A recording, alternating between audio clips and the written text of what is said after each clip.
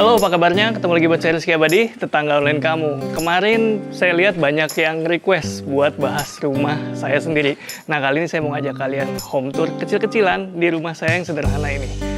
Oke, sekarang kita langsung bahas area depannya nih, tetangga. Jadi rumah saya itu awalnya idenya itu minimalis dengan aksen industrial di beberapa titik ya. Terutama untuk di lantai bawah ini lebih ke arah industrial, sementara lantai 2 itu lebih ke minimalis. Nah, sekarang kita udah ada di carport tetangga. Jadi carportnya ini punya lebar sekitar 5 meter, itu bisa untuk 2 mobil. Untuk lantai carportnya pakai konblok atau paving block gitu ya. Dan untuk kanopi carportnya di sini saya pakai kanopi UPVC. Kemudian untuk rangkanya pakai besi hollow. Untuk perkuatannya tiangnya dia pakai baja WF seperti ini. Nah, untuk di sini di depannya saya kasih talang supaya dia nggak meluncur ke air terjun. Oke, lanjut di bagian sini atap UPVC-nya saya kasih yang semi transparan, tapi dia cahaya masih bisa masuk sekitar 80%. Oke, lanjut di dindingnya kiri kanan ini saya pakai kamprotan. Sengaja memang pakai kamprotan supaya looknya rada natural gitu ya. Karena saya udah tahu saya mau kasih tanaman rambat seperti ini. Nah, ini jangan ditiru ya, udah merambat ke tembok tetangga, nanti saya potong kok. Lanjut tetangga, di depan sini ada teras yang menurut saya cukup besar untuk ukuran rumah saya yang kecil. Jadi luas rumahnya itu cuma 120 meter persegi. Ukuran lahannya 7 kali 24. Itu kalau lahan. Kalau bangunannya mungkin sekitar 7 kali 9 meter. Ya, di depan sini ada teras buat santai-santai yang bergaya ala cafe gitu ya. Nggak tahu deh menurut kalian udah kayak cafe belum ya. Di sini ada bench buat duduk tambahan. Sekaligus ini juga jadi tempat menyimpan alas kaki ataupun sepatu. Di sini misalnya kalau ada teman-teman main bisa langsung pesen karena di baliknya ini langsung dapur ya. Saya tim dapur depan tetangga.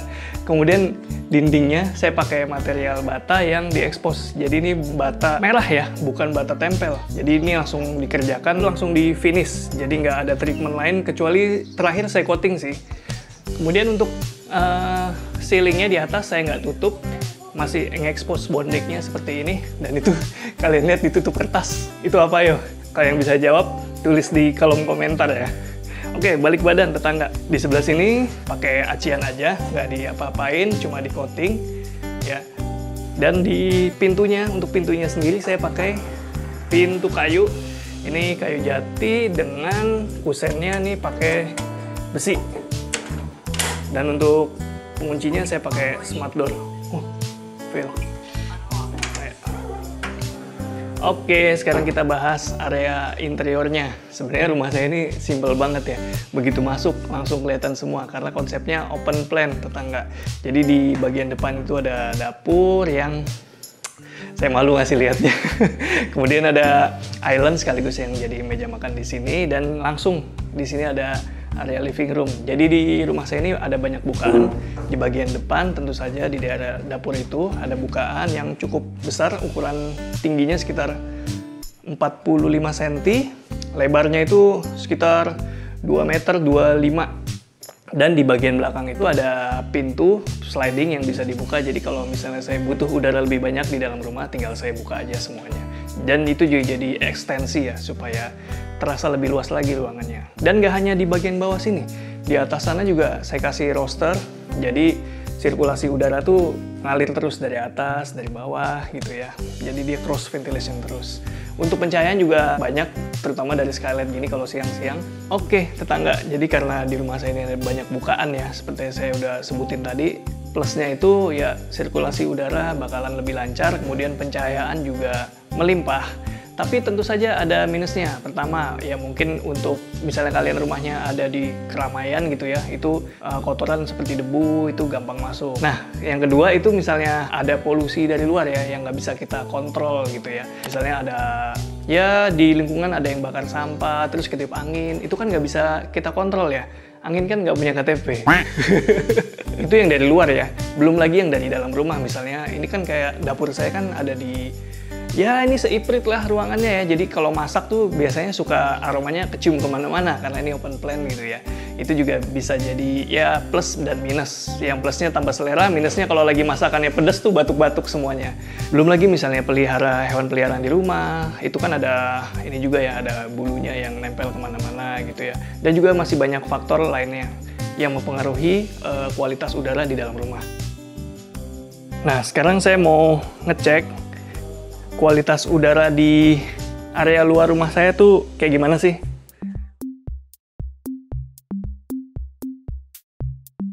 Jadi tetangga, walaupun di belakang rumah saya ini masih sengaja saya kosongkan buat tanam-tanaman gitu ya, secara kualitas udara ternyata di sini tertera tidak sehat. Nah, ini kuning. Keterangannya nggak sehat. Ngeri juga. Untuk itu saya mau coba pakai alat untuk membersihkan atau memperbaiki kualitas udara di dalam rumah. Makanya pilihan saya jatuh pada Xiaomi Smart Air Purifier 4.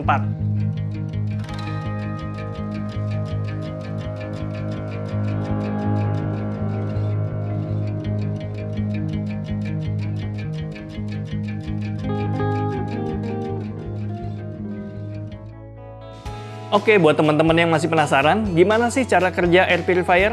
Jadi, di dalam sini tuh ada filter-filter yang bantu bersihin udara.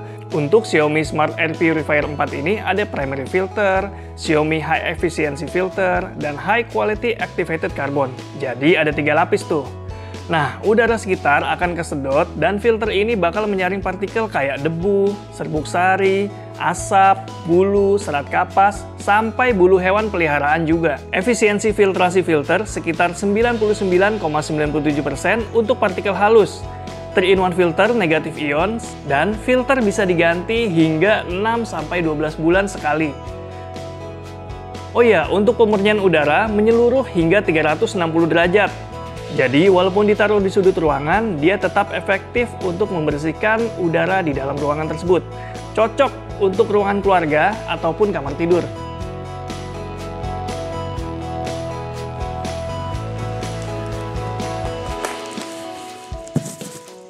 Oke, saya mulai buka ya. Jadi kalau beli barang elektronik, pastiin kita cek kelengkapannya kayak gini nih. Biar makin yakin, bisa juga bikin video unboxing untuk mempermudah klaimnya kalau ada apa-apa. Jadi dalam satu set dus Xiaomi Smart Air Purifier 4 ini, ada purifiernya pasti. Kemudian dia nggak ada remote, karena kita bisa langsung kontrol via handphone. Atau bisa juga setup manual di alatnya aja.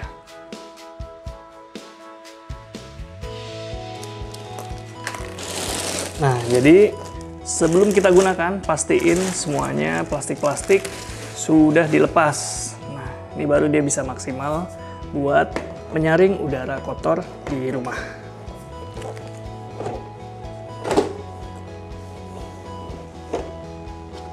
Penutupnya juga asik nih. Nah, jadi dia pakai sistem magnet ya, nggak pakai klip-klip. Jadi lebih gampang dan lebih rapi. Oke, terus gimana cara pakainya? Gampang banget. Jadi di umur-umur sekarang tuh udah nggak suka yang ribet-ribet ya. Jadi sesimpel tinggal colok, sambungin ke listrik. Kemudian di sini juga untuk kontrolnya bisa mode manual kayak gini, touchscreen, seamless banget. Pilihannya juga macam-macam.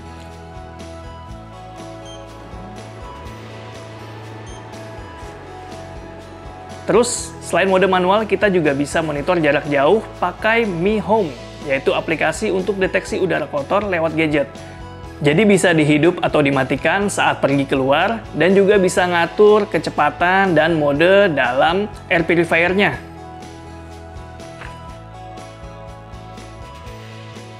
Selain Xiaomi Smart Air Purifier 4, ada juga beberapa line-up lainnya. Total ada 5 tipe ya. Ada Xiaomi Smart Air Purifier 4 Compact, tipe 4 yang saya pakai ini, terus tipe Elite, Pro, dan Lite. Setiap line up ada spesifikasi masing-masing. Tinggal disesuaikan aja sama kebutuhan kalian dan luas ruangannya.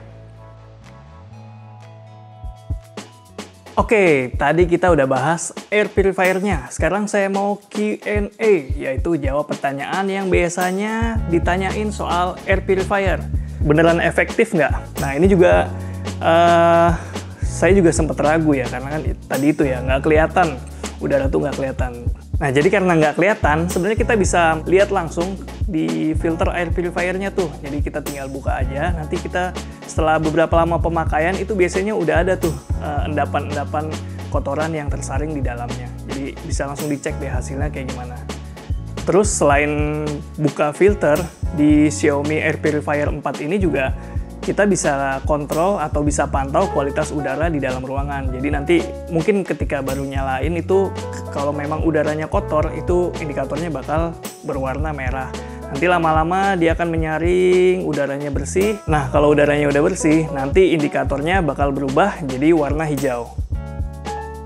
Dan untuk pergantian filternya juga sebenarnya mungkin kita bisa sampai lupa nih, karena intervalnya itu cukup panjang ya. Dia sekitar antara 6 hingga 12 bulan, tergantung pemakaian dan kondisi udara di ruangan kalian. Selanjutnya, gimana cara pilih air purifier yang pas buat di rumah? Nah, ini juga sangat subjektif ya. Balik lagi, tergantung kepada luasan ruangan atau rumah, atau ya space yang ingin kalian pasang air purifiernya. Nah, yang saya pakai ini Xiaomi Air Purifier tipe 4. Dia efektif untuk bekerja di area seluas 28 hingga 48 meter persegi. Jadi cukup luas ya cakupannya. Tapi kalau misalnya kalian nggak butuh untuk ruangan seluas itu, misalnya untuk taruh di kamar, bisa pilih tipe dari line up Xiaomi lainnya. Terus kalau ada pertanyaan, perlu nyalain berapa lama? Nah, kalau yang tipe 4 ini untuk ruangan seluas 20 meter persegi, dia bisa bersihin udara selama 10 menit. Dari yang saya baca di websitenya nih, untuk line up lain misalnya Xiaomi Smart Air Purifier 4 Pro, efektif bersihin udara di ruangan seluas 40 meter persegi selama 15 menit. Jadi sebenarnya nggak lama-lama banget ya. 10 menit itu kalian tinggal bikin kopi, terus main sama anak, itu tau-tau udah selesai gitu. Jadi nggak perlu dinyalain sepanjang hari kalau misalnya udaranya sudah bersih di dalam ruangan. Apalagi misalnya ruangannya tertutup ya. Tapi misalnya mau lebih dari itu, artinya misalnya luasan ruangannya hanya 10 meter persegi, tapi kalian pakai yang spek 20 meter persegi, itu nggak apa-apa banget. Otomatis dia bakal bersihin lebih optimal dan juga lebih cepat. Kemudian pertanyaan terakhir, nah ini juga nggak kalah penting ya, soal harga. Nah, harganya berapa nih? Untuk Xiaomi Smart Air Purifier 4 ini harganya affordable, harganya di 2 jutaan aja. Untuk line up Xiaomi Air Purifier lain, harganya beda-beda. Tinggal kepoin aja di website Xiaomi. Gimana? Semoga video kita kali ini ada manfaatnya ya. Biar bagaimanapun, kesehatan itu adalah investasi jangka panjang. Jadi nggak bisa disepelein nih tetangga. Kalau dalam hal kesehatan itu kan ada istilah mencegah lebih baik daripada mengobati ya. Jadi menurut saya, dengan pakai air purifier itu bisa mencegah dari hal-hal yang tidak kita inginkan, misalnya polusi yang kita hirup dalam jangka waktu panjang itu juga nggak baik. Dan udara bersih itu bakalan bikin hidup kita lebih berkualitas sih. Gitu sih. Oke, kalau kalian masih ingin tahu tentang produknya, kalian bisa cek di deskripsi. Di sini kalian tinggal klik aja. Makasih banyak udah nonton video ini. Sampai ketemu di video-video selanjutnya. Rizky Abadi pamit undur diri. Semoga menginspirasi. Ciao.